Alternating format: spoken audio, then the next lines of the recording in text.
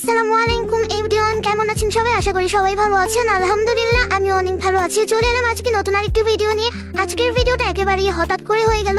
আমি বিকেলে বসে বসে ফোন দেখছিলাম আর হঠাৎ করে আমার বর দেখি বাজার থেকে দুইটা কবুতর নিয়ে চলে এসেছে। আমি আবার অবাক হয়ে গেলাম, কি ব্যাপার তুমি এখন এগুলো নিয়ে আসছো? পরেও বলতেছে যে আমার খুব খেতে ইচ্ছে করছিল, তাই আমি নিয়ে আসছি, আমাকে এখনই রান্না করে দিবা। পরে মনে মনে ভাবলাম যে এখন রান্না করতে হবে, রান্না করবো নাকি না করে দিব। পরে ভাবলাম যে না থাক, বর যেহেতু আবদার করেছে তাহলে তাকে না করি কিভাবে। তো যাই হোক, সে আর দেরি না করে দুইটা কবুতরের বাচ্চা নিয়ে চলে এসেছে। তো আমি এখন তাড়াতাড়ি রান্নাটা শুরু করে দিই।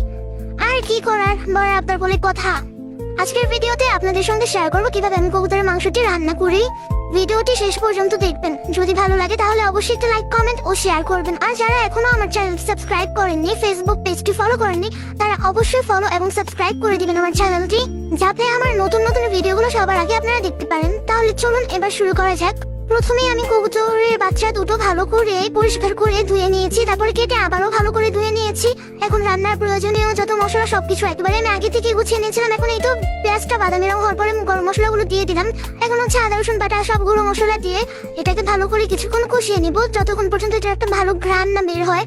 সব ধরনের মশলা দিয়ে দেওয়ার পর যখন মশলাটা ভালো করে কষানো হয়ে যাবে, তখন ধুয়ে রাখা কবুতরের মাংসগুলোকে আমি এর মধ্যে দিয়ে দিব।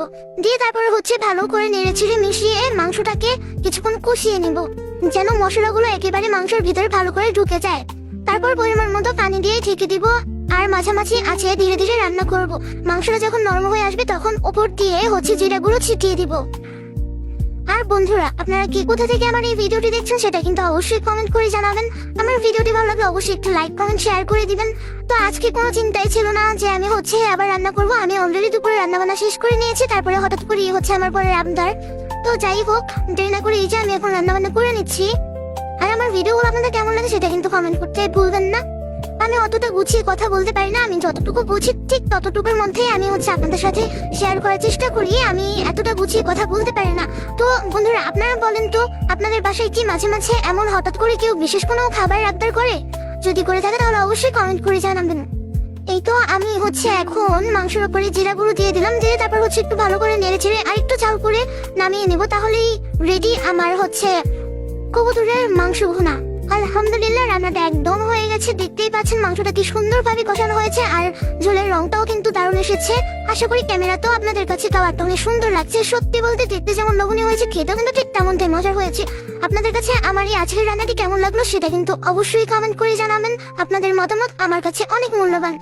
তো বন্ধুরা, আজকের ভিডিওটা এই পর্যন্তই ছিল। দেখা হবে আবার পরের ভিডিওতে। ততক্ষণ পর্যন্ত ভালো থাকবেন, সুস্থ থাকবেন। আল্লাহ হাফেজ, আসসালামু আলাইকুম।